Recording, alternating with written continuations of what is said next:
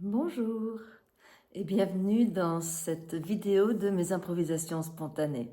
Je suis Maïti Trélin, sage-femme physiologiste, coach en métamorphose, écrivaine, femme, vivante, passionnée. Aujourd'hui, j'ai envie de te parler de la sexualité. C'est un sujet qui me tient très à cœur et je pense que je ne suis pas la seule pour qui ce soit important. Mais en quoi est-ce que la sexualité peut être précieuse dans notre vie, dans notre évolution, dans notre santé et même parfois dans notre métamorphose, c'est-à-dire vraiment dans notre mise au monde. La sexualité, c'est une des expressions, une des trois expressions de l'énergie de vie. L'énergie de vie s'exprime par la sexualité, la créativité et la spiritualité. Tu as probablement dû remarquer que lorsque tu étais dans la créativité, tu te sentais pleinement vivante. Qu'à certains moments, lorsque tu es dans un moment fort au niveau spiritualité, tu te sens pleinement vivante. Et dans la sexualité, est-ce que tu te sens également pleinement vivante? À quel point est-il important de pouvoir trouver une sexualité qui nous est adaptée et qui nous respecte? C'est sur ce chemin que j'accompagne les femmes, que ce soit au travers de l'enfantement, mais aussi au travers de leur évolution personnelle, dans toutes les difficultés qu'elles rencontrent. Pourquoi est-ce que je choisis la sexualité? Déjà, parce que ça me permet de donner des expérimentations d'une autre sexualité.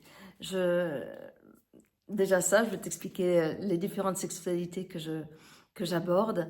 Et, et aussi parce que au travers de cette sexualité respectée et respectueuse, il y a une très très grande sécrétion d'ocytocine. Et tu sais peut-être que j'adore cette hormone que j'ai connue par la naissance et qui est l'hormone de l'amour, qui est l'hormone de la vie, l'hormone de la naissance, oui, mais une hormone de régénérescence. Et, et cette hormone, ben, elle veille à notre santé, elle veille à la fluidité de notre corps, elle veille à notre bien-être. Donc, pourquoi s'en priver? Effectivement, il y a la sexualité, mais il y a aussi l'émerveillement, il y a le fait d'être amoureuse, il y a tout ça qui va jouer dans la sécrétion d'ocytocine. Mais il y a la sexualité. Et du coup, dans la sexualité, aujourd'hui, je connais je différencie deux styles de sexualité. La sexualité de reproduction, qui est la sexualité la plus classique, qui est au niveau de ton cycle, c'est celle que tu as, qui vient de plus en plus dans le printemps, dans cette période avant l'ovulation, dans la période où tu es fertile, et qui s'ouvre un maximum au niveau de l'ovulation, donc au niveau de la dynamique de l'été. Une sexualité qui est dont le but quelque part c'est l'orgasme et principalement l'éjaculation de l'homme, puisque c'était pour reproduire l'espèce. Donc aujourd'hui nous n'en sommes plus forcément là, mais ça n'empêche que c'est quand même une sexualité qui va chercher l'excitation, qui va chercher le mouvement, le frottement, pour arriver à ce qu'il y ait libération de la tension que ça crée à l'intérieur du corps pour qu'il puisse y avoir orgasme, jouissance. Cette sexualité, c'est celle que l'on connaît le plus, c'est celle qui est la plus répandue, qui est pratiquée depuis des millénaires et des millénaires et des millénaires, et qui peut vraiment amener à ce qu'on ne soit pas respecté dans notre sensibilité. Et aussi dans la sensibilité de nos muqueuses. Une perte de sensibilité de notre muqueuse vaginale, comme si elle était, à force d'être frottée, elle est abrasée quelque part et elle s'insensibilise, ce qui fait qu'il y a moins de sensations, ce qui fait qu'il y a moins de saveur dans les rapports sexuels, qu'il en faut toujours plus d'imagination, plus de gadgets, plus d'éléments comme ça pour arriver à obtenir la jouissance. Euh, et bien souvent, on ne se respecte pas par cet espace-là. Cette insensibilisation contribue énormément au fait que la femme laisse s'endormir sa sexualité. Et ça, je trouve ça dommage parce que, comme je dirais dans une autre vidéo, ben, ça peut énormément l'aider, principalement au moment de la ménopause.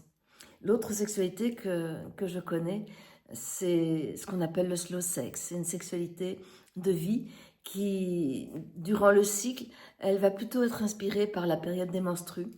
On a souvent peur d'avoir une sexualité pendant les menstrues. On n'en parle pas forcément. On ne sait pas toujours comment s'y prendre et autres. Et cette sexualité-là est très connectée spiritualité, puisque dans cette période du cycle, qui est la dynamique de l'hiver, tu es vraiment dans d'autres ondes cérébrales, les ondes delta, qui sont les ondes de la méditation, de la spiritualité, de la connexion. Donc cette sexualité nécessite une ouverture de cœur, donc une écoute, donc une lenteur, une douceur. Et il n'y a plus besoin qu'il y ait d'orgasme, ça ne veut pas dire qu'il n'y en a pas, mais il ne va pas y avoir de course à l'orgasme. Ça va surtout être le fait de savourer chaque instant du chemin et d'arriver à élargir la sensation, ce qui fait qu'on arrive à être quelque part un canal de sensibilité, de sensualité qui est phénoménal. Et comme en plus le cœur est ouvert et connecté à l'amour, c'est un canal de connexion à ce qui nous dépasse, qui est juste fabuleux. Donc voilà, moi je t'invite éventuellement à me suivre sur ce que je te propose. Je peux aussi t'accompagner individuellement ou en couple, même si la sexualité n'est pas ma spécialité, mais ça rentre dans cette passion que j'ai de la vie, puisque ça fait partie de la vie.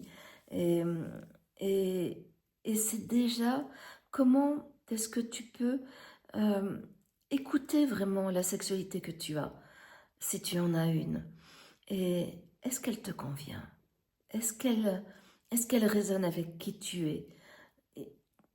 Il se peut très bien qu'elle soit super géniale. Et à ce moment-là, peut-être que, je sais pas pourquoi tu m'écoutes, mais je pense que la plupart du temps, c'est des moments où on a envie de se remettre en question, où on cherche une autre sexualité sans forcément savoir où trouver. Et cette sexualité de vie qui n'exclut pas du tout la sexualité de survie, donc qui n'exclut pas du tout l'excitation, la stimulation, l'orgasme, éventuellement des rapports fougueux, sauvages et complètement instinctifs, impulsifs. Non, moi ce que j'ai envie, c'est que tu te donnes le choix et surtout que tu te respectes dans ta sexualité, parce que c'est une mise à nu, la sexualité. C'est un moment où tu peux pas mentir, tu peux pas te mentir. Et c'est en cela que pour moi, je l'utilise beaucoup dans les périodes de transformation, parce que plus tu vas transformer et être en paix, en harmonie avec ce que tu vis dans la sexualité, plus tu te rendras compte que dans ton évolution personnelle, ben, tu auras cette simplicité-là. Tu n'auras pas peur de te mettre à nu, de te mettre dans ta vulnérabilité et de toucher ta puissance. Donc la première chose, le premier pas pour changer de sexualité, c'est d'écouter ce qui t'appelle, ce qui te correspond, ce qui est adapté à toi, ce qui te respecte. Ça va être aussi cette notion que tu es seul responsable de ton plaisir. Ça, je te le lance comme ça, mais ça vaut toute une vidéo, donc je t'en reparlerai à l'occasion.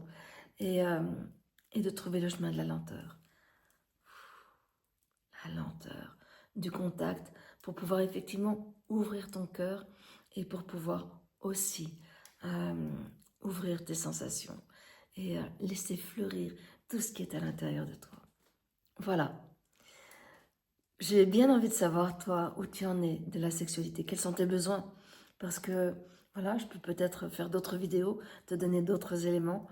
Et si tu as envie de me suivre, ben, tu peux laisser un commentaire, tu peux t'inscrire à ma newsletter. Je te laisse le lien de mon site en dessous. Et si ça te plaît, ben, tu diffuses, tu likes. Tu sais que c'est un moyen de soutenir des valeurs qui me sont chères, donc de me soutenir, mais aussi des valeurs qui probablement te sont chères, puisque tu m'écoutes.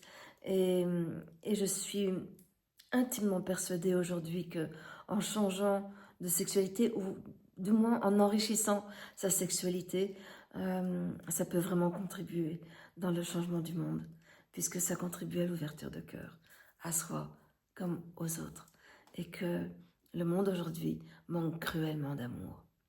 Alors voilà, merci de ta présence, merci d'avoir écouté, merci de commenter, merci de me questionner, merci de me suivre, merci de diffuser, merci de partager, merci de liker et surtout, merci à toi et bonne journée.